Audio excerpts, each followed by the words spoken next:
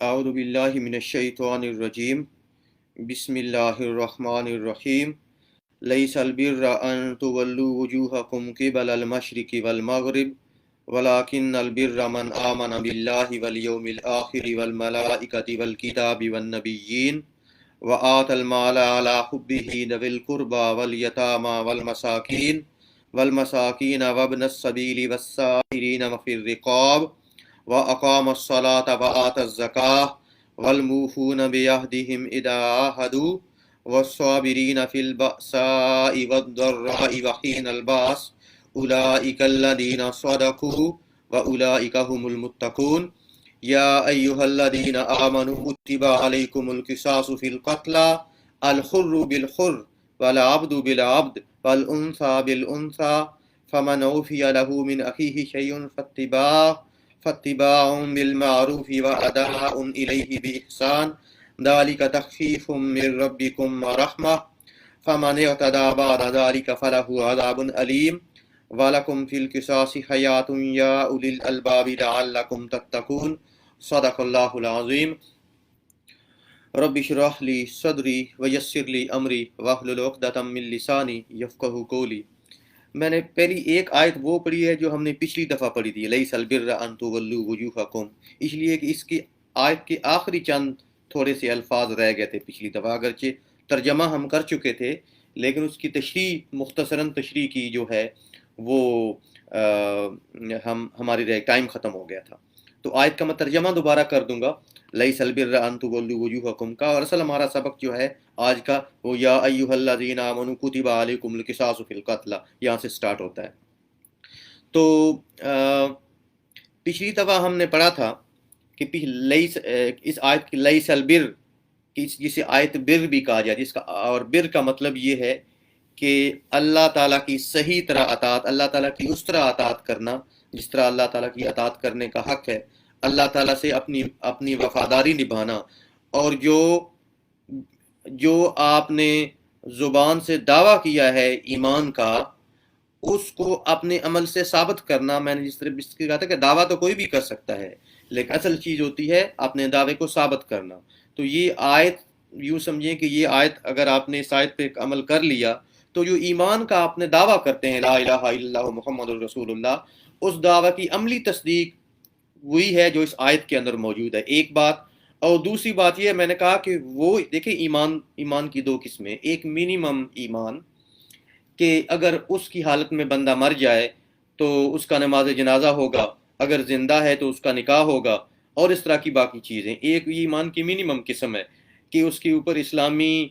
جو ریچولز ہیں، اسلامی رسوم و رواج ہے وہ لاگو ہوتے ہیں، یہ ایمان کی کم از کم قسم ہے۔ لیکن ایک بندہ پوری زندگی بھی اگر نماز نہیں پڑھتا تو اگر وہ مر جائے گا تو بالاتفاق اس کا نماز جنازہ تو پڑھا جائے گا نا۔ یہ ہے قانونی ایمان، منیمم ایمان، کہ بندہ مسلمان تو رہتا ہے، کافر نہیں ہوتا اگرچہ گناہگار جتنا بھی ہو۔ اور ایک ایمان کی وہ قسم ہے، وہ ایمان جو نجات دیتا ہے، اور ہم اس آیت کے اندر ایمان کی وہ قسم جو ہے وہ یوزفل ہے جو نجات دے۔ یہ ایسے ہی ہے جیسے مثال کے طور پہ ایک بندے کے پاس ایک تو گاڑی ایسی بھی ہو سکتی ہے جو بمشکل چلے، ہر وقت آپ کو عذاب کے اندر ڈالے رکھے، اور اگر لے کے اسے سڑک پہ چلے جائیں تو ہر وقت یہ خطرہ ہو کہ کہیں آپ ایکسیڈنٹ نہ کر بیٹھیں، اس کی انجن کے اندر آگ نہ لگ جائے، ٹھیک ہے۔ ایک تو وہ گاڑی کی قسم ہے، ایک یہ بھی گاڑی ہے، اور ایک وہ گاڑی ہے جو کہ آپ کو صحیح سلامت ہو اور آپ صحیح ورک کرے، گرمیوں میں آپ کو بہترین اے سی پرووائڈ کرے، تو ایک یہ گاڑی۔ اب کوئی بھی عقل مند آدمی کون سی گاڑی رکھنا پسند کرے گا؟ وہ جس سے ہر وقت ایکسیڈنٹ کا خطرہ ہو، موت کا خطرہ ہو، یا وہ گاڑی جو اس کی ضرورتیں پورے کرے؟ کوئی بھی عقل مند آدمی جو ہے وہ گاڑی کے معاملے میں ایسی گاڑی لے گا جو اسے مکمل، جو اس کی سفر کے دوران جو ممکنہ تکلیفیں ہو سکتی ہیں ان سے نجات دے۔ یہی حالت ایمان کی ہے کہ ہم میں سے جس طرح کوئی بری گاڑی پسند نہیں کرتا، جس کی میں نے بھی مثال دی، اسی طرح کسی مسلمان بندے کو ایسا ایمان بھی پسند نہیں ہونا چاہیے، اور اس کا ایمان بھی ایسا نہیں ہونا چاہیے کہ ایمان تو ہو لیکن اگلے جان نجات دینے والا نہ ہو۔ تو اس آیت کے اندر اس ایمان کا ذکر ہے جو کہ نجات دینے والا ہے، وہ ایمان ہے جس کا آپ دعویٰ زبان سے کر رہے ہیں تو آپ عمل سے اس کی تصدیق کر رہے ہیں، اور وہ ایمان ہے جو اگلے جہان اللہ تعالیٰ کے عذاب سے اور قبر کے عذاب سے اور برزخ کے عذاب سے اور آخرت کے عذاب سے جو مکمل طور پہ بچانے والا ہے، اس ایمان کا یہاں ذکر ہے۔ تو جس طرح میں نے بیچ بتایا لیس البر ان تولوا وجوہ، تشریح ہم پیسے کر چکے، میں ترجمہ کر دوں کہ لیس البر، کہ نیکی یہ نہیں ہے ان تولوا وجوہکم قبل المشرق والمغرب، کہ تم اپنا منہ کرو مشرق کی طرف یا مغرب کی طرف، یعنی نماز پڑھتے ہوئے اپنے منہ مشرق یا مغرب کی طرف کر لینا، نیکی یہی نہیں ہے۔ ولکن البر، لیکن نیکی یہ ہے من آمن باللہ، جو کہ ایمان لایا باللہ اللہ تعالیٰ پہ، والیوم الآخر اور آخرت پہ، والملائکۃ اور ملائکہ پہ فرشتوں پہ، والکتابی اور قرآن مجید یعنی اس کتاب پہ، والنبیین اور نبیین یعنی تمام نبیوں پہ، اور اس کے بعد وآت المال، اور مال کو دیا، علی حبہ، مال کی محبت کے باوجود، ذوی القربہ اہل قرابت کو یعنی قریبی رشتہ داروں کو، والیتامى اور یتیموں کو، والمساکین اور مسکینوں کو، وابن السبیل اور وابن السبیل یعنی راہ چلتے کو، اس سے مسافر بھی مراد ہے اور بعض کے نزدیک اس سے مہمان بھی مراد ہے، والسائلین اور مانگنے والوں کو، یعنی ایسے مانگنے والا جس کو شرعن جو ہے مال دینا جائز ہے، وفر رقاب اور گردنوں کو چھڑانے کے لیے، یعنی کسی کا آپ کا تاوان دینا ہو، غلام کو آزاد کرنا ہو، کسی کا قرض ادا کرنا ہو، وفر رقاب، واقام الصلاۃ اور جس نے نماز ادا کی، یعنی واقام الصلاۃ، یہ نہیں کہا کہ من صلی، یہ نہیں کہا کہ نماز پڑھ لی، واقام الصلاۃ جس نے نماز ادا کی، یعنی نماز پورے ٹائم پہ ادا کی، جماعت کے ساتھ ادا کی، اور اس پہ استقرار کیا، اس پہ ہمیشہ کی، واقام الصلاۃ، جب یہ شرطیں ہوں گی تو پھر جو نماز آپ، اور اس کے اندر یاد رکھیے یہ بھی شامل ہے، اب آپ نماز پڑھتے ہیں تو آپ کو یہ بھی پتہ چل رہا ہو کہ آپ نماز میں پڑھ کیا رہے ہیں، آپ اللہ تعالیٰ سے کہہ کیا رہے ہیں، کیا مانگ رہے ہیں، کیا اللہ تعالیٰ کو بتا رہے ہیں، یہ بھی ضروری، یہ اقام الصلاۃ کے اندر یہ داخل ہے، واقام الصلاۃ اور نماز قائم کی، وآت الزکاۃ اور زکوٰۃ ادا کی، والموفون اور پیدا کرنے اور پورا کرنے والے، بعہدہم اپنے وعدوں کو، اپنے عہدوں کو، اذا عاہدوا جب انہوں نے وعدے کیے، یعنی جب وعدہ کیا، جب وعدہ کرتے ہیں تو اس کو پورا کرنے والے، یہ بھی ایمان کی ایک، اب وہ آپ کا عہد اللہ تعالیٰ سے ہو یا وہ عہد آپ کا لوگوں سے ہو، والصابرین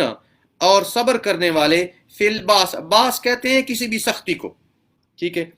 لیکن یا والصابرین فی الباسا، یہاں اس لفظ کا مطلب مفسرین نے یہ لکھا ہے، یہاں باسا سے مراد فقر ہے، فقر و فاقہ، اس کو آپ سمجھتے ہیں، فقر و فاقہ سے مراد یہ ہے کہ کسی بندے کے پاس ضرورت کی اپنی مال نہیں ہے اپنی زندگی گزارنے کے لیے، حالت فقر کے اندر ہے، حالت غریبی کی حالت کے اندر ہے، یعنی جسے ہم عام طور پہ پاورٹی سٹیٹس کہتے ہیں، والصابرین اور صبر کرنے والے، فی الباساء فقر کے اندر، والضراء ضرر آپ جانتے ہیں تکلیف کو، اور تکلیف کی حالت کے، یعنی کوئی جسمانی تکلیف پہنچی کسی طرح کی، چلیں ذہنی تکلیف بھی آپ اس کے اندر ڈال دیں، والضراء اور تکلیف کے وقت، وحین الباس، وحینہ اور وقت، الباس یہاں باس سے مراد یہاں لڑائی ہے، جنگ ہے، الباس سے مراد یہ آخری جو باس ہے، وحین الباس اور جنگ کے وقت یعنی جہاد کے وقت، یعنی مطلب کیا ہوگا، والصابرین فی الباساء والضراء وحین الباس، اور صبر کرنے والے فقر کے وقت، تکلیف کے وقت اور جنگ یعنی جہاد کے وقت، اولئک الذین یہی وہ لوگ ہیں، صدقوا جنہوں نے سچ کر دکھایا، یہاں وہ بات آ گئی، اولئک الذین یہی وہ لوگ ہیں، صدقوا جنہوں نے سچ، یہی وہ لوگ ہیں جنہوں نے جس ایمان کا دعویٰ اپنی زبان سے کیا تھا اس ایمان کو سچ کر دکھایا، ٹھیک ہے۔ اب یاد رکھیں شریعت کے اندر جب ہم کہتے ہیں کہ فلاں نے یہ کام کیا تو یوں سمجھیے اس نے یہ شرط پوری کر دی، اب میں آپ کو مثال دے رہا ہوں، اب اس کا مطلب یہ ہے کہ اگر وہ بندہ اگر وہ کام نہیں کرے گا تو اس کا مطلب ہے اس نے وہ کنڈیشن وہ شرط پوری نہیں کی، یاد رکھیے یہاں بھی وہی مراد ہے، قرآن نے کہا ہے کہ اولئک الذین صدقوا، اوپر آپ جو ساری باتیں، جو تفصیلات، جو خوبیاں اوپر بر یا اللہ تعالیٰ کی صحیح اطاعت کی، اللہ تعالیٰ سے وفاداری کی، جو آپ اوپر جو ہیں وہ شرائط اوپر ساری آ گئی ہیں، اگر جس نے یہ پوری کی، اولئک الذین صدقوا، اس نے جس ایمان کا دعویٰ زبان سے کیا تھا اس نے اس کو سچ کر دکھایا، اس کا مطلب یہ ہے جس نے اوپر والی شرائط میں سے کچھ چھوڑ دیا، جتنا چھوڑ دیا اس نے اپنے دعوے کے اندر اتنا اپنے دعوے کو اس نے ثابت نہیں کیا، یعنی اس نے زبان سے تو دعویٰ کیا لیکن عمل سے اس کو ثابت نہیں کیا، چاہے اس نے اپنے یہ جو ایمان ہے جو کہ مطلوب ہے، جو کہ نجات دینے والا ایمان ہے، چاہے اس کے اندر اس نے 10% کمی کی، چاہے 20% کی، چاہے 30% کی، چاہے 50% کی، چاہے 90% کی، چاہے 99% کی، جس نے یہ اوپر والی سارے کاموں کے اوپر عمل نہیں کیا، جتنا عمل نہیں کیا اتنے % اس نے اپنے ایمان کا حصہ ضائع کر دیا، اپنی عمل کی کمی کی وجہ سے یا اپنے اخلاص کی وجہ سے. ٹھیک ہے، تو اولئک الذین صدقوا، یعنی جنہوں نے یہ لوگ یہ کام کیے جو اوپر ہیں، انہوں نے اپنے ایمان کو سچ کر دکھایا. وَأُولَئِکَ، اور یہی لوگ ہیں، ہم المتقون. دیکھا، یہ نہیں کہا وَأُولَئِکَ الْمُتَّقُونَ نہیں کہا. یہ اگر یہ بھی اللہ کہہ دیتے ہیں نا کہ وَأُولَئِکَ الْمُتَّقُونَ، کہ یہ لوگ متقی ہیں، یعنی متقی کا مطلب یہ ہے کہ دنیا کے اندر اللہ تعالیٰ کی نافرمانی سے بچنے والے، اور آخرت کے اندر اللہ تعالیٰ کا جو عذاب ہے اس سے بچنے والے. ٹھیک ہے، اس کا مفہوم یہ ہے. تو وَأُولَئِکَ الْمُتَّقُونَ نہیں کہا ہے، وَأُولَئِکَ هُمُ الْمُتَّقُونَ کہا ہے. تو جب ہم لگ گئی تو اس کے اندر اور زیادہ تاکید آ گئی، میں نے کے اندر زور پیدا کیا. اس کا مطلب یہ اب نہیں ہوگا کہ یہ لوگ ہیں متقین، بلکہ اس کا مفہوم ہوگا وَأُولَئِکَ هُمُ الْمُتَّقُونَ، یہی لوگ متقین ہیں. اس کے اندر بھی یہ آ گیا کہ یہ جو کام کرنے والے ہیں یہی متقون ہیں.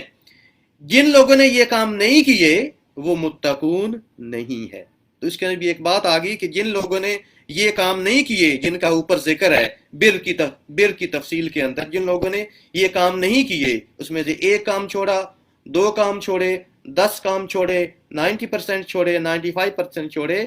تو اس کا مطلب یہ ہے کہ جو لوگ ان شرائط کے اوپر عمل کرنے والے نہیں ہیں، اس کا مطلب یہ ہے کہ ایسے لوگ پھر اگلے جان اللہ کے عذاب سے بچنے والے نہیں ہیں. یاد رکھیے، وَأُولَئِکَ هُمُ الْمُتَّقُونَ، کہ یہ لوگ جو اوپر جنہوں نے یہ قوم کی، یہی لوگ متقین ہیں، دنیا کے اندر اللہ تعالیٰ کی ناراضگی سے بچنے والے ہیں، اور آخرت کے اندر اللہ تعالیٰ کی عذاب سے بچنے والے ہیں. اور جن لوگوں نے یہ کام نہیں کیے وہ نہ دنیا کے اندر اللہ تعالیٰ کی ناراضگی سے بچنے والے ہیں، اور وہ نہ آخرت کے اندر اللہ تعالیٰ کے عذاب سے بچنے والے. دوبارہ وہی بات دیکھیے، اس آیت کا مطلب یہ ہے کہ جب آپ نے اس پہ جب آپ نے یہ کرنا ہو کہ یہ نیکی، اس کے اندر ساری نیکی کی تفصیل آ گئی کہ یہ جو عمل ہیں یہ آپ کی ذاتی زندگی کے لیے بھی ہیں، آپ کی اجتماعی زندگی کے لیے بھی ہیں، آپ کی خاندانی زندگی کے لیے بھی ہیں، اور آپ کی قومی، اور بلکہ اب میں کہتا ہوں ایک اور بھی اصطلاح، آپ کی بین الاقوامی انٹرنیشنل لائف جو آپ کرتے ہیں نا، کہ فرض کریں آپ پاکستان سے باہر رہ رہے ہیں، آپ یورپ کے اندر رہ رہے ہیں، آپ یو ایس کے اندر رہ رہے ہیں، آپ کہیں بھی رہ رہے ہیں، تو یہ ہر جگہ اپلائی ہوتا ہے کہ یہ نیکی آپ کو، یہ نہیں کہ فرض مثال کے طور پہ اسلام کے اندر عورت کو پردے کا حکم ہے، تو یہ نہیں کہ آپ پردہ ماشاءاللہ سعودی عرب کے اندر تو کریں، لیکن آپ یورپ جائیں تو پھر آپ کہیں جناب یہاں لوکل رول کچھ اور ہے. نہیں، ایسی بات نہیں ہے. جو ایک فرض پردہ ہے نا، وہ آپ کو یہاں بھی ایسے ہی کسی اور جگہ بھی ایسے ہی کرنا ہے جیسے یہاں کرنا ہے. ٹھیک ہے، جو آپ نے کوئی اور عمل ہے، روزہ آپ نے یہاں بھی رکھنا ہے اور وہاں بھی رکھنا ہے، جہاں فرض کریں دن کا روزہ جو ہے وہ 20 گھنٹے کا ہوتا ہے. ٹھیک ہے، تو یہ جو عمل ہے یہ ہر جگہ آپ کے لیے کرنا ضروری ہے. آپ کی جلوت کے اندر بھی جب آپ لوگوں کے سامنے ہو، آپ کی خلوت کے اندر بھی جب آپ کو کوئی نہیں دیکھ رہا، فرض کر لیں کہ آپ کمرے کے اندر آپ اکیلے بیٹھے ہیں، میں وہ مثال دوں کہ وہ گناہ جو کہ عام طور پہ ہم سے ہوتا ہے، موبائل ریموٹ آپ کے ہاتھ کے اندر ہے، آپ کو دیکھنے والا سوائے اللہ کی اور کوئی نہیں ہے. اس وقت ضرور سوچئے کہ ابھی جو فرض کرے میں ٹی وی پہ لگا رہا ہوں، کوئی ایسی چیز تو نہیں لگا رہا جس سے میرا رب ناراض ہو جائے گا. آپ باقی باتیں چھوڑی، میں آپ سے صرف ایک التماس کرتا ہوں، کیونکہ میں دیکھیں ہمارے مسلمانوں کا مین مسئلہ اپنی پیوریفیکیشن ہے، اپنے دل کی تطہیر ہے. اگر دل کی پیوریفائی ہو جائے، دل کی تطہیر ہو جائے تو باقی چیزیں بڑی آسان ہو جائے گی میرے خیال کے اندر. دوسروں کو کہنا آسان ہو جائے گا، گھر والوں کو کہنا آسان ہو جائے گا، کیونکہ دیکھیں علم آتا ہے اور عمل آتا ہے تقویٰ سے. ٹھیک ہے، تو آپ کم از کم یہ سوچنا شروع کر دیں، جب آپ کے ہاتھ میں فرض کرنے ریموٹ ہو، یہ سوچنا شروع کر دیں کہ جو میں لگاؤں گا یار کہیں سے اللہ تعالیٰ ناراض تو نہیں ہوگا. ایک دفعہ یہ سوچ لیجئے، ایک دفعہ آپ لگا بھی لیں گے، اگلی دفعہ پھر یہ سوچئے، انشاءاللہ آپ کو یہ خیال آ جائے گا کبھی نہ کبھی کہ میں ایسی چیز نہ لگاؤں جس سے اللہ تعالیٰ ناراض ہوتا ہوں. اسی طرح جب آپ فرض کر لیں آفس کے اندر بیٹھے ہوں اور آپ کی کچھ آفیشیل ریسپانسبلٹیز ہیں، تو آپ وہاں جو کچھ کر رہے ہیں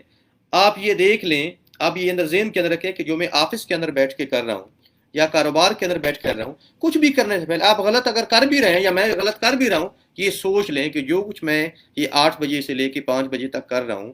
اس میں کوئی ایسا کام تو میں نہیں کر رہا جس سے اللہ تعالیٰ ناراض ہوتا ہو،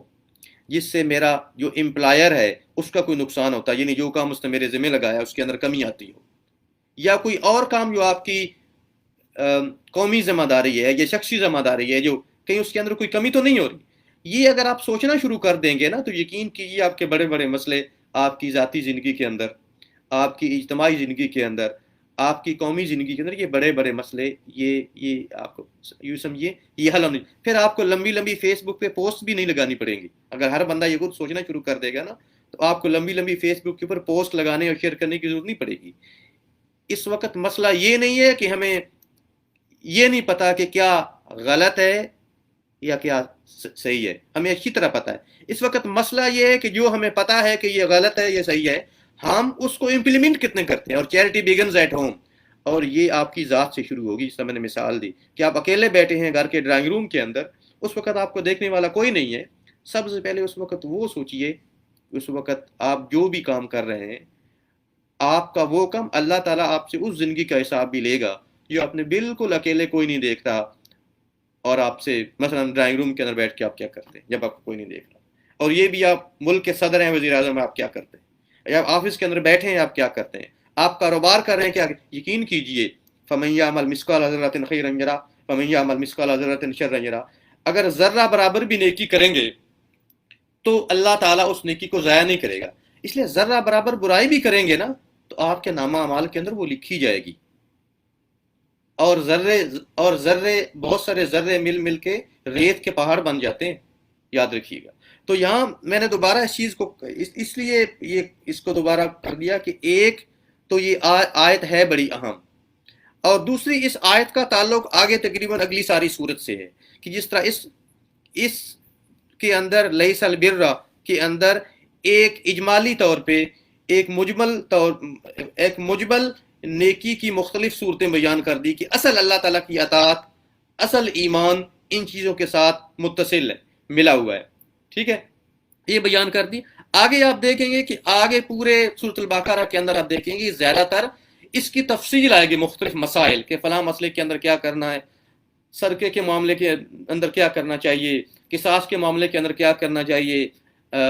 کسی تجارت کریں تو کیا کریں، اس طرح کے باقی مسائل، رمضان کے اندر کیا کرنا چاہیے، اس طرح کے سارے مسائل آپ دیکھیں گے آگے، وہ آگے نہیں ساری لفظ بر، اللہ تعالیٰ کی اطاعت اور نیکی وغیرہ آگے اس کی تفصیل آئے گی۔ جس طرح ابھی ہم نے جو آیت پڑھی کہ یا ایھا الذین آمنوا کتب علیکم القصاص فی القتل، یہ آیت فرض کریں قصاص کے بارے میں ہے، تو یوں سمجھے کہ پیچھے جو بر کی تفصیل، پچھلے جو بر اجمالی طور پہ آیا ہے نا، یعنی جو ایک سمری آئی ہے کہ بر کیا ہے، عمل کیا ہے، اگلی آیت سے کہ یا ایھا الذین آمنوا کتب علیکم القصاص، تو یہاں اس میں سے ایک چیز جو قصاص ہوتی ہے اس کی تفصیل پھر آگے، یعنی بر کی آگے تفصیل شروع ہوگی، یعنی پچھلی آیت کے اندر آیت نمبر 177 کے اندر اس کی سمری تھی، اور آگے آپ جتنے پڑھے جائیں گے اس کی تفصیل آئے گی۔ تو پہلی بات جس کا یہاں ذکر ہوا کہ یا ایھا الذین آمنوا، اے ایمان والو، کتبہ فرض کر دیا گیا ہے، علیکم تم پر، القصاص قصاص، فی القتل قتل کے اندر، یعنی اے ایمان والو تمہارے اوپر قتل کے معاملے میں قصاص فرض کر دیا گیا، یعنی قصاص کا مطلب کیا ہوتا ہے، مماثلت، عدل، برابری، قصاص کا مطلب برابری کر لیں، مماثلت کر لیں، اور شرعاً اس کا مطلب یہ ہے کہ تمہارے اوپر قتل کا قصاص فرض کر دیا ہے۔ شرعاً قتل کا قصاص یہ کہ رسول اللہ صلی اللہ علیہ وسلم نے فرمایا کہ اگر کوئی بندہ قتل ہو جائے تو اس کو وارثوں کے اوپر 3 میں سے ایک چیز جو ہے وہ اس کو اختیار ہے، ایک یا تو قتل کے بدلے میں قتل، یا اس کے بدلے میں دیت لے لے، یعنی اس کے بدلے میں خون بہا جسے ہم کہتے ہیں، اس کے بدلے میں پیسے لے لے یا کچھ بھی لے لے، اور یعنی جس کے اوپر وہ راضی ہو جائے، یا وہ جو شرعاً دیت موجود ہے، اور یا تیسری آپشن یہ ہے کہ اسے معاف کر دے، ٹھیک ہے۔ تو یہ تینوں چیزیں ہیں، اور یاد رکھیے یہ قصاص جو ہے یہ بھی کوئی بندہ ذاتی طور پہ نہیں لے سکتا، یاد رکھیے گا، اس لیے اس پہ امام قرطبی رحمۃ اللہ علیہ فرماتے ہیں کہ علماء امت کا اجماع ہے اس معاملے کے اندر، جب قتل کا قصاص لیا جائے گا تو یہ تھرو اسلامک اسٹیٹ لیا جائے گا، یہ کوئی بندہ ذاتی طور پہ نہیں لے سکتا. یعنی اگر کوئی بندہ کسی بندے ایک بندہ کوئی دوسرے کا بندہ مار دے تو اب وہ اٹھ کے خود اس کو قصاص میں قتل کر دیں، ایسا نہیں ہو سکتا. بلکہ جو اسلامک اسٹیٹ ہے نا، اسلامک اسٹیٹ اس کا قصاص لے گی اور اسٹیٹ سے اس کا مطالبہ کیا جائے گا. آگے یہ بات کہ آپ اسٹیٹ کی کیا یورسڈکشن ہے اور اسٹیٹ کا کتنا کنٹرول ہے یا اسٹیٹ کس حالت کے اندر ہے، وہ بات کی باعثیں ہیں. لیکن بنیادی طور پہ یہ بالاتفاق جو قصاص ہے وہ تھرو اسٹیٹ لیا جائے. کوئی بندہ پرسنلی جو ہے وہ قصاص نہیں لے گا. تو فرمایا یا ایھا الذین آمنوا کتب علیکم القصاص فی القتل، تمہارے اوپر قصاص جو ہے وہ فرض کیا گیا ہے قتل کے اندر. الحر بالحر، حر کہتے ہیں آزاد کو، جو عبد یعنی غلام نہ ہو. الحر بالحر، الحر یعنی آزاد، بالحر آزاد کے بدلے. یعنی اگر کوئی آزاد قتل کرے تو اس آزاد کو اس کے بدلے میں قتل کیا جائے گا. ٹھیک ہے. والعبد، اور جو عبد ہے یعنی غلام، بالعبد، عبد کے بدلے. یعنی اگر کوئی غلام قتل کرے تو بدلے میں اس غلام کو ہی قتل کیا جائے گا، کسی اور کو قتل نہیں کیا جائے گا. اس کی تفصیل میں آگے بتاتا ہوں. والانثى، اور عورت، بالانثى، اور عورت یعنی مرد، اور عورت کے بدلے میں. یعنی اگر کوئی عورت قتل کر دے تو اس کے بدلے میں اس عورت کو ہی قتل کیا جائے گا، کسی اور کو قتل نہیں کیا جائے گا. یعنی آزاد، الحر بالحر، آزاد کے بدلے میں آزاد. والعبد بالعبد، اور غلام کے بدلے میں غلام. والانثى بالانثى،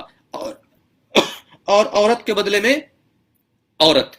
تو اس کا مفہوم یہ سمجھیے، اس کی میں پہلے مفہوم واضح کر دوں، پھر اس کی میں شان نزول بتاؤں گا کہ اگر کوئی آزاد قتل کرتا ہے تو اس کے بدلے میں اسی آزاد کو قتل کیا جائے گا، اس کے بدلے میں کسی اور آزاد کو قتل نہیں کیا جائے گا. یا اس کے بارے میں یعنی جو قاتل ہے اسی کو قتل کیا جائے گا، کسی اور کو قتل نہیں. یا یہ ہے کہ اب اس کے بدلے میں 2 بندے قتل کر دیں، یہ نہیں ہو سکتا. یا اس آزاد کے بدلے میں جو ہے وہ ایک سے زیادہ قتل کرنا، یہ ساری صورت مراد ہے. والعبد بالعبد، اس طرح اگر کوئی غلام قتل کر دے تو پھر اس غلام کو ہی اس کے بدلے میں قتل کر دیے. یہ نہیں کہ اگر غلام نے قتل کیا ہے تو اس غلام کو چھوڑ کے کسی اور کو قتل کر دیا جائے، یہ نہیں ہو سکتا. والانثى بالانثى، اور اگر کوئی عورت قتل کرے تو یہ آپ کہیں گے چلیں یہ تو عورت ہے، اسے تو معاف کر دے، اس کے بدلے میں کسی مرد کو اس قبیلے میں سے قتل کر دیا جائے، یہ نہیں ہو سکتا. تو یہ اس طرح کی جو چیزیں ہیں، اس کے مطلب یہ بتا دیا گیا کہ اس کی وضاحت جس طرح آگے ایک اور آیت کے اندر آگے جو کہ بعد کے اندر داخل ہوئی کہ ان النفس بالنفس، کہ جان کے بدلے میں جان ہے. جان کے بدلے میں یعنی جو قتل کرے گا قصاص میں اس کو قتل کیا جائے گا. یا اگر اس کے وارث راضی ہو جائیں تو بدلے میں وہ دیت دے سکتے ہیں. اور دیت یہ ہے کہ ویسے تو اس زمانے کے اندر 100 اونٹوں کے برابر ہوتی تھی، لیکن یہ اگر چاندی کے حساب سے دیکھیں، چلے میں یہی بیان کر دوں، مجھے یہ میں دیکھ لوں کیونکہ میں آپ کو غلط نہیں بتانا چاہتا کہ آج کل کے جو مروضہ اس زمانے کے اندر جو دیت ہوتی تھی وہ تو ہوتی تھی 100 اونٹ یا 1000 دینار یا 10,000 درہم اس کے مقابلے میں. اور آج کل کے مروضہ وزن کے مطابق سے تقریباً ایک اگر ٹوٹل دیکھیں نا تو پوری دیت تقریباً بنتی ہے 2916 تولے 8 ماش، یعنی 2916 217 کر لیں، 2917 تولے چاندی کے برابر. تو آج کل کے زمانے کے اگر دیت ہوگی تو 2917 تولے چاندی کے برابر، یا کسی کوئی اور رقم جس کے اوپر جو ہے مقتولین کے وارث جو ہیں راضی ہو جائیں، لیکن وہ اس سے زیادہ نہیں ہو سکتی. تو یہ دیت ہے. اور تیسری صورت یہ ہے کہ معاف کر دیا جائے، کہ جو مقتول کے ورثاء ہیں وہ معاف کر دیں کہ ہم نے جناب نہ دیت لینی ہے اور نہ قصاص لینا ہے. اور وہ معاف کرنا بھی ان سب کا ضروری ہے. اگر مثال کے طور یہ مسئلہ میں بتا دوں، اگر فرض کر لیں ایک مقتول کے ورثاء ایک سے زیادہ ہیں، فرض کرے 4 ہیں، ان میں سے 2 کہتے ہیں ہم نے معاف کر، 2 کہتے ہیں کہ ہم نے قتل کے بدلے میں قتل کرنا ہے، 2 کہتے ہیں ہم نے قتل کے بدلے میں قتل نہیں کرنا بلکہ ہم نے قتل کے بدلے میں دیت دینی ہے. تو اب کیونکہ آدھے قتل چاہتے ہیں آدھے دیت چاہتے ہیں تو قتل تو نہیں کیا جائے گا، اب دیت ہی دی جائے گی. ٹھیک ہے. اور یہ بھی سن لیں کہ دیت کی رقم فرض کریں وہ جتنی بھی ہے، وہ 100 اونٹ کے برابر ہے یا وہ 2917 تولے چاندی کے برابر ہے، وہ جب دیت کی رقم ورثاء کو ملے گی مقتول کے جو وارث ہیں تو اس کی تقسیم اسی طرح ہوگی جس طرح اس مقتول کی وراثت تقسیم ہوتی ہے، یعنی جو بھی وراثت کے قانون کے مطابق جو دیت کی رقم ہے وہ مقتول کے وارثوں کے اندر تقسیم ہوگی۔ یہ ہے دیت، یہ تو ہو گیا دیت کے بارے میں۔ اب اس کے بارے میں ایک اور چیز جو میں آپ کو بتانا چاہتا ہوں کہ جس طرح آپ کنفیوز ہو کے قرآن نے یہ کیوں کہا ہے کہ الحر بالحر، آزاد کے بدلے میں آزاد، اور والعبد بالعبد، اور غلام کے بدلے میں غلام، والانثى بالانثى، اور عورت کے بدلے میں عورت، ایسا کیوں کہا ہے؟ اس کی وجہ یہ ہے کہ اس آیت کا خاص شان نزول تھا۔ شان نزول یہ تھا کہ جس کی ایک امام ابن ابی حاتم نے اپنی تفسیر کے اندر بیان کیا ہے۔ امام ابن ابی حاتم بڑے مشہور مفسر ہیں، انہوں نے بیان کیا ہے کہ رسول اللہ صلی اللہ علیہ وسلم کی بعثت سے پہلے عرب کے دو قبیلے کے اندر آپس میں اس کے اندر یہ خون کا انتقام چل رہا تھا، اور اب یہ بھی ابھی خون کا ابھی حساب نہیں لیا گیا تھا، تو دونوں قبیلے جو ہیں وہ مسلمان ہو گئے، اور اب ان کا یہ آپس کے اندر ہوا کنفیوژن ہوئی، آپس کے اندر یہ آپ کے اندر ایک ڈسپیوٹ ہوا کہ قصاص کیسے لیا جائے گا۔ اور عرب کے پرانے اصول مطابق کرتے یہ تھے کہ فرض کر لیں ایک اچھا قبیلہ ہے نا، اس کے غلام نے قتل کر دیا ہے دوسرے قبیلے کا بندہ، ٹھیک ہے، تو یعنی ایک قبیلہ ہے جو کہ اچھا نہیں ہے، کمزور ہے، اور کمزور قبیلے کے کسی غلام نے ایک طاقتور یا اچھے قبیلے کا جو بندہ قتل کر دیا ہے جو کہ آزاد ہے، تو اب بدلے میں وہ کہتے تھے کہ ہم نے اس چھوٹے قبیلے کا غلام قتل کر کے کیا کرنا ہے، قصاص میں ہم اس قبیلے کا آزاد قتل کریں گے۔ یہ عرب کے جاہل معاشرے کے اندر یہ دستور تھا، یا عرب کے جاہل کے معاشرے کے اندر یہ بھی دستور تھا کہ اگر ایک عورت نے قتل کر دیا ہے کسی دوسرے قبیلے کا مرد مثال کے طور پہ، تو اب وہ کہتے تھے کہ بدلے میں ہم عورت کیوں ماریں، ہم تو اس کے بدلے میں مرد کو قتل کریں گے۔ اور تیسری بات یہ بھی ہوتی تھی کہ ایک کے بدلے میں کئی کی قتل، بندہ ایک مرا کسی قبیلے کا تو جس کا قبیلے کا بندہ قتل ہوا اس نے قاتل قبیلے کے ایک کے کئی بندے مار دیے، اور انہوں نے اٹھ کے ان کے مارنے شروع کر دیے۔ اب یہ قتل و غارت کا سلسلہ جاری، جس طرح عربوں کے اندر ہے، آپ نے سنا ہوگا مولانا حالی نے کہا تھا کہ کبھی پانی پینے پلانے پہ جھگڑا، اور کبھی گھوڑا آگے بڑھانے پہ جھگڑا، اور جھگڑے ہوئے اس میں ایک بندہ مارا گیا۔ جس طرح کبھی گھوڑا آگے کبھی پانی پینے پلانے پہ جھگڑا، اور کبھی گھوڑا آگے بڑھانے پہ جھگڑا۔ آج کل میں کہتا ہوں کہ آپ پجیرو آگے بڑھانے پہ آج کل جھگڑے شروع ہو جاتے ہیں کہ پجیرو یا لیکسس کس کی آگے گئی ہے۔ میں ڈرتا ہوں کہ جس طرح حالات جا رہے ہیں کہ اس پہ قتل و غارت نہ شروع ہو جائے۔ تو بہرحال یہ تو میں نے ایک ضمناً بات کر دی۔ اب اس صورتحال کے اندر یہ کہا گیا کہ نہیں، آپ یہ نہیں کر سکتے کہ آپ عورت نے قتل کیا تو بدلے میں اور عورت کے بدلے میں عورت نہ قتل کریں، مرد قتل کر دیں۔ جس عورت نے قتل کیا ہے والانثى بالانثى، اس کے بدلے عورت کو ہی قتل کیا جائے گا، اور اگر غلام نے قتل کیا ہے تو اس غلام کو قتل کریں گے، اس کے بدلے میں دوسرے بندے کو کیوں قتل کریں گے؟ ان النفس بالنفس، یہ جو بعد کے اندر آیت نازل ہوئی، اس نے اس آیت کو مفہوم کو اور زیادہ واضح کر دیا۔ یعنی اس آیت کا تناظر تو بڑا ایک اسپیسیفک تھا، لیکن جو ان النفس بالنفس والی آیت نازل ہوئی سورت مائدہ کے اندر ہے، حافظ صاحب مجھے کریکٹ کر سکتے ہیں، تو یہ جو آیت ہے اس نے پھر یہ واضح کر دیا کہ جو بندہ قتل کرے گا اس کے بدلے میں اسی کو قتل کیا جائے گا۔ اس کی ایک شان نزول تو یہ بیان کی جاتی ہے تفسیر ابن ابی حاتم کے اندر، اور دوسری جو اس کی وضاحت شان نزول بیان کی ہے وہ کی علامہ ابن کثیر نے، حافظ ابن کثیر نے اپنی تفسیر کے اندر وہ فرماتے ہیں کہ عرب کے مدینہ کے اندر جو قبیلے تھے نا، بنو قریظہ اور بنو نذیر، ان کی آپس کے اندر ایک جنگ ہو گئی۔ آپ کو پتا ہے یہود کے قبیلے تھے، دونوں مدینے کے اندر رہتے تھے، بنو قریظہ بھی اور بنو نذیر بھی، ان کا آپس کے اندر جب جنگ ہوئی، اس جنگ کے اندر بنو نذیر جو تھے وہ بنو قریظہ پہ غالب آ گئے، یعنی جنگ جیت لی بنو نذیر نے، بنو قریظہ جنگ ہار گئے۔ اور آپ کو پتا ہے جب جنگیں ہوتی ہیں تو بعد کے اندر جب ان کے معاہدے ہوتے ہیں تو پھر جو جیتنے والا ہوتا ہے اپنی مرضی کے معاہدے کرتا ہوتا ہے، رولز اینڈ ریگولیشن تو کوئی تو تھی نہیں، موجود تھی ان کے یہاں رولز اینڈ ریگولیشن، یعنی یہود و نصارہ کے اندر یہ قصاص کا قانون موجود تھا کہ قاتل کے بدلے میں قاتل ہی اس کو قتل کیا جائے گا۔ لیکن بنو نذیر چونکہ جنگ جیت گئے تھے اور تورات و انجیل پہ وہ کہاں عمل کرتے تھے آپ کو پتہ ہی ہے، تو بنو نذیر نے یہ شرط رکھی کہ اگر بنو قریظہ کا کوئی بندہ بنو نذیر کا بندہ قتل کرے گا تو ہم اس کے بدلے میں چونکہ یہ ڈومیننٹ ہو گئے تھے جنگ جیتنے کا، تو بنو نذیر نے کہا اس کے بدلے میں ہم بنو قریظہ کے 2 بندے قتل کریں گے، ایک نہیں۔ اور دوسری بات یہ ہے کہ اگر ہم دیت بھی لیں گے تو ہم دیت بھی ڈبل لیں گے،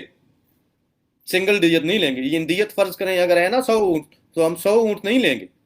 ہم 200 اونٹ لیں گے. اور بنو قریظہ کے لیے نہیں، اگر بنو قریظہ کا کوئی بندہ بنو نذیر نے قتل کر دیا تو اس کے قصاص میں قتل تھا ہی نہیں. یعنی انہوں نے، کیونکہ بنو قریظہ کمزور ہو گئے تھے، جنگ کے بعد جنگ ہار گئے تھے، انہوں نے کہا اگر بنو قریظہ کا کوئی بندہ قتل ہو گیا بنو نذیر کے ہاتھوں، تو ہم جواب میں اس کے قصاص میں بنو نذیر کا بندہ قتل نہیں کریں گے، صرف دیت دیں گے، اور دیت بھی سنگل دیں گے. تو یہ دو واقع شان نزول جس کی بنیاد پہ یہ کہا گیا کہ نہیں جناب، دیت قصاص جو ہے وہ برابر ہوگا، اور قصاص کے اندر جو قتل کرے گا قصاص میں صرف اسی کو قتل کیا جائے گا، بلکہ اس قصاص کے اندر کسی اور کو قتل نہیں کیا جائے گا. ٹھیک ہے، تو وہی میں اس کے اندر آگے فرمایا فَمَنْ عُوفِيَ لَهُ مِنْ أَخِيهِ شَيْءٌ، تو فرمایا فا تو مَنْ عُوفِيَ جو معاف کیا گیا، لہو اس کے لیے، من اخیہ اس کے بھائی کی طرف سے، شیئن کچھ، فا تو اتباع تو اس کا اتباع کرنا ہے، بالمعروف معروف کے ساتھ، یعنی اچھے طریقے کے ساتھ، و ادا اور اس کو ادا کرنا ہے، یعنی اس کو یعنی ادا کرنا ہے، دیت الیہ اس کی طرف، بے احسان کے ساتھ. یعنی فرمایا کہ اگر یہ ویسے تو قصاص کے اندر پہلی بات یہ ہے کہ قتل کے بدلے میں قتل، لیکن اگر کوئی معاف کر دے، یعنی قتل کے بدلے میں قتل کی بجائے دیت پہ راضی ہو جائے، تو فاتباع بالمعروف، تو اس چیز کو ماننا ہے معروف کے ساتھ، صحیح طریقے کے مطابق، و اداء الیہ بإحسان اور اچھے طریقے کے ساتھ دیت کو ادا کرنا ہے. یعنی اللہ تعالیٰ کی طرف سے یہ معافی ہو گئی. اور فرمایا ذالک تخفیف، کہ یہ تخفیف ہے، یہ تخفیف کا مطلب آپ بھی جائیں، یہ رعایت ہے، من ربکم تمہارے رب کی طرف سے، ورحمہ اور رحمت. یعنی یہ جو قصاص کے بدلے میں یہ جو قتل کا قصاص ہے، یہ تمہارے رب کی طرف سے تخفیف ہے، یعنی رعایت ہے اور رحمت ہے. اب اس کی وضاحت یہ حضرت عبداللہ ابن عباس فرماتے ہیں کہ رسول اللہ صلی اللہ علیہ وسلم کے زمانے سے پہلے یہود کے اندر قتل کے مقابلے میں صرف قتل تھا، قتل یا معاف کرنا تھا، دیت نہیں تھی. اور نصارہ کے اندر جو ہے وہ قتل کے مقابلے کے اندر صرف دیت تھی، اس کے اندر معاف کرنا نہیں تھا، اور قتل کے بدلے میں قتل بھی نہیں تھا. اور آپ کو پتا اس کے اندر بھی یہ جو ان کا مرویہ طریقہ تھا، اس کے آپ کو پتا اس کی ریزن یہ ہے کہ بعض دفعہ اگر ہر قتل کے بدلے میں آپ صرف خون بہا رکھ دیں، تو آپ کو پتا ہے اس کی وجہ سے بھی پھر کیا ہوگا، قتل و غارت معاشرے کے اندر بڑی. قاتل کو یہ پتا ہوگا، فرض کریں قاتل ہے امیر، وہ کہے گا میں 10 بندے بھی مار دوں، میں 10 بندوں کی دیت دے دوں گا، پیسے میرے لیے کوئی مسئلہ نہیں ہے، تو قتل و غارت بڑھے گی. اور جب قانون موجود نہیں ہوگا، تو جب بھی ہاتھ پڑے گا وہ غریب کا، اگر وہ غریب بھی ہے تو وہ اگر کمزور بھی ہے تو وہ اس کا بعد میں قتل کر سکتا ہے. اس سے معاشرے کے اندر قتل و غارت پھیل. فرمایا ذالک تخفیف من ربکم ورحمہ فمن اعتدی بعد ذالک، فا تو من اعتدی جس نے زیادتی کی، بعد ذالک اس کے بعد، یعنی جس نے قصاص لینے کے بعد زیادتی کی، فا تو لہو اس کے لیے ہے عذاب علیم، اس کے لیے دکھ درد دینے والا عذاب ہے. یعنی اگر قصاص لینے کے بعد کسی بندے نے قتل کے بدلے میں دیت لے لی، اور دیت لینے کے بعد دوبارہ اس نے کسی وجہ سے، کسی نے کہا اچھا بڑے عجیب آدمی ہو، تمہارا باپ قتل ہو گیا، بھائی قتل ہو گیا، تم نے پیسے لے لیے، تو اس نے یا کسی اور وجہ اس نے بعد میں دیت لینے کے بعد دوبارہ قتل کے بدلے میں قتل کر دیا، تو اب رسول اللہ صلی اللہ علیہ وسلم کی حدیث کے مطابق جو دیت لینے کے بعد قتل کر گیا نا دوبارہ، یعنی دیت لی، راضی نامہ ہو گیا، اب قتل کر دیا دوبارہ اس نے، تو رسول اللہ صلی اللہ علیہ وسلم نے فرمایا کہ اب میں اسے دیت بھی نہیں لوں گا. یعنی دیت لینے کے، قصاص لینے کے بعد جو شرائط کی خلاف ورزی کرے، دیت کا معاف کرنے کے بعد دوبارہ قتل کر دے، تو اب یہ دوبارہ قتل وارنے کا وائلیٹ کرنے والے کو قصاص کے ایگریمنٹ کو، اس کو قصاص میں اس سے اب دیت نہیں لی جائے گی، اس کو قتل ہی کیا جائے گا. یہ رسول اللہ صلی اللہ علیہ وسلم کی حدیث سے ثابت ہے. تو یہی فرمایا فمن اعتدی بعد ذلک فلہ عذاب علیم، جس نے ظلم کیا، زیادتی کی اس کے بعد، تو اس کے لیے درد دینے والا عذاب ہے. آگے فرمایا وَلَكُمْ اور تمہارے لیے ہے، فی القصاص قصاص کے اندر، حیات زندگی، یا اولی الالباب اے عقل رکھنے والو، لعلکم تتقون تاکہ تم بچو. اب یہاں میں ایک بات کی وضاحت کر دوں، اگر فرض کر لیں کہ ایک بندے کو قتل کرنے والے ایک سے زیادہ ہوں. تو حضرت عمر رضی اللہ عنہ کے دور کے اندر ایک بندے کو قتل کرنے، ایک بندے کو مل کے 7 بندوں نے قتل کیا تھا. تو آپ نے ان 7 بندوں کو قتل کروایا تھا قصاص کے بدلے میں، اور یہ فرمایا تھا کہ اگر تمام اہل سنا بھی اس کے قتل کے اندر شریک ہوتے تو میں تمام کو قتل کروا دیتا. تو یہ یاد رکھیے کہ ایک بندے کے قتل کے اندر ایک سے زیادہ بھی لوگ ہو تو جان ایک گئی ہے، لیکن وہ قتل کے اندر جتنے بھی شریک ہوں گے ان تمام کو یعنی اس کے اندر مشورہ دینے والا، قتل کرنے والا وغیرہ، ان سب کو قتل کیا جائے گا. جس کے یہ اور اس کے اوپر بھی اجماع ہے. جس طرح میں یہ پڑھ دوں ابن کثیر کے اندر کہ دیکھیے ان الجماعت یقتلون بالواحد قال عمر الخطاب کہ لو تمالن علیہ السلام لقتلہم، کہ انہوں نے فرمایا کہ اگر تمام اہل سنا بھی اس کو قتل کرتے تو میں تمام کو قتل کر. اور اگلی بات بھی بڑی ضروری ہے. فرمایا امام ابن کثیر اس کے اوپر، اس واقعے کے اوپر یہ کمنٹ کرتے ہیں. وہ کہتے ہیں ولا یعرف له فی زمانہ مخالف من الصحابہ، کہ